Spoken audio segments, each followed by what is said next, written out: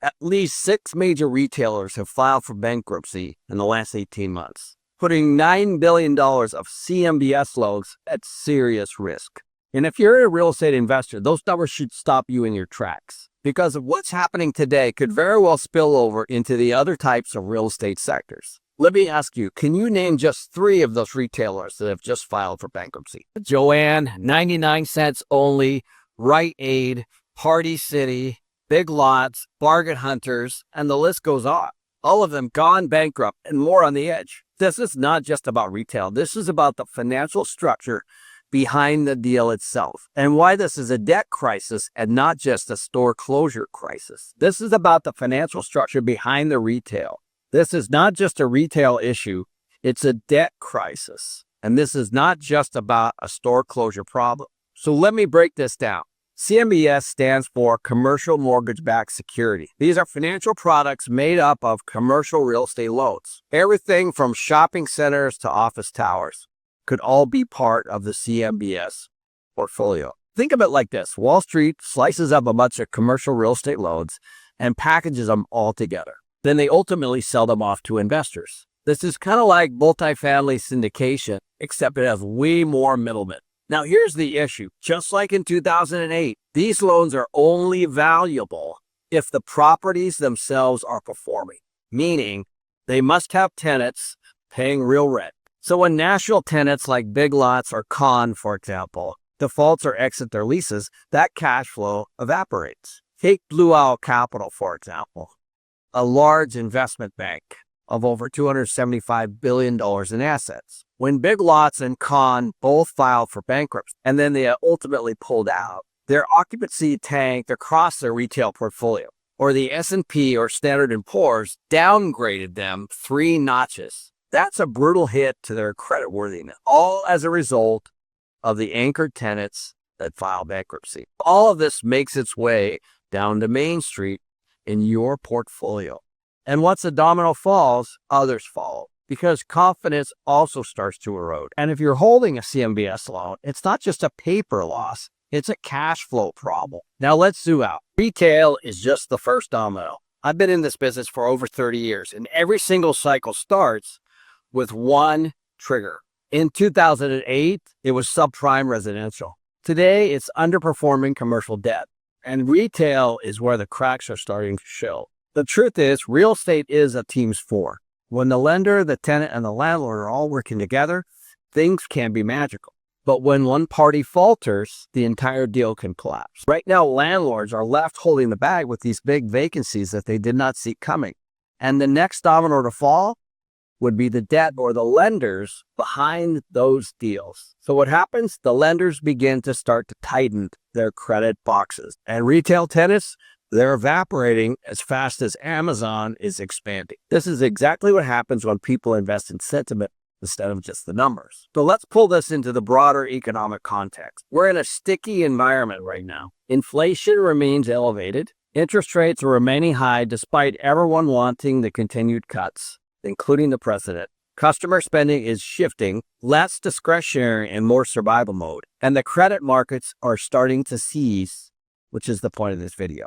We're also heading into a wall of debt maturities throughout the remaining 2025 and, of course, into 2026-27.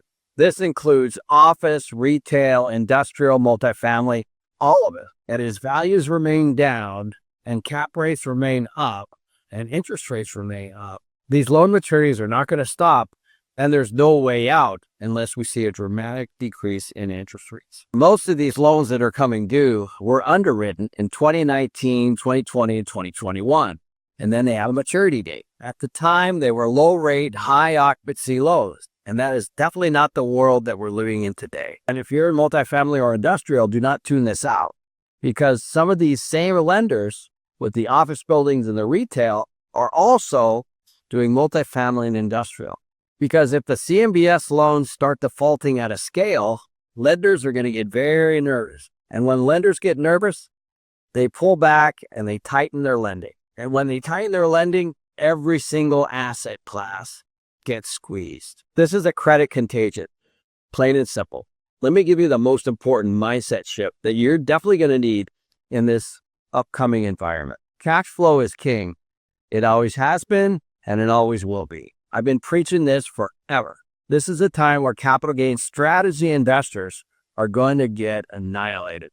In my world, we do not buy on appreciation. We buy on performance. I want real tenants paying real rent each and every month, because that's what pays your mortgage, all the expenses, and ultimately your investors, which is exactly the whole point.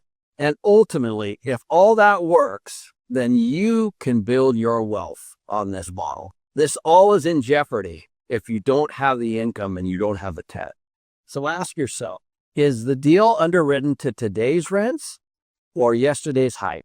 Have you accurately modeled your vacancy and your rent increases in today's current environment? What happens if you lose an anchor tenant from the very real estate that was supposed to pay you passive income? I've said this before and I'll say it again. Buy in the fundamentals, not in the brochure. Because in a market like this, thin deals break. Every single investor that over-leveraged in a retail strip center or counted on inflated rent growth is on thin ice right now and are definitely in panic mode. Do not be that investor. So here's what I want you to take away today. This is not just a retail crisis. It's a warning shot to the entire credit system that is backed by commercial real estate. So here's your game plan moving forward. Focus on properties with strong tenant profiles and durable cash flow in the foreseeable future. Don't just chase returns, stress test everything, and stay very close to your lender relationship. If you're new to the game or just trying to find your footing, now's the time to get educated. Now's the time to go to community events like Limitless Expo, which is precisely why we created the event. This year, I can assure you, there are going to be deals to be had, and there'll be people there that are dealing with the same problems that you are currently right now. Remember, every single cycle also creates an opportunity for those that are educated and prepared. For example, in 2012, I had the opportunity to buy as many houses as I wanted in Detroit for only $1. Sounds crazy, right? But after flying out there with Robert Kiyosaki to see it myself, I completely walked away from the deal, and it turned out to be one of the smartest real estate decisions I ever made. If you want to find out why, just watch this video next. Gold is near all-time highs, but appreciation isn't the only way to benefit. Monetary Metals, you could potentially earn a yield on your gold, paid in physical gold, without selling it. Here's how it works. When you lease your gold through their platform, pre-qualified companies pay to use it under strict guidelines, like renting out real estate, but with gold. Instead of paying to store your metal, you may earn up to 4% annually in gold. You stay in control, and you can choose which leases to participate in. Monetary Metals handles the due diligence, lease terms, and all the administration. Thousands of investors use this approach to grow their gold, not just sit on it. Visit monetary-metals.com/Ken to learn more. Leasing gold involves risk, and returns are not guaranteed. This is not an offer to buy or sell securities. Please review all risk disclosures at monetary-metals.com. Visit monetary-metals.com/Ken to learn more.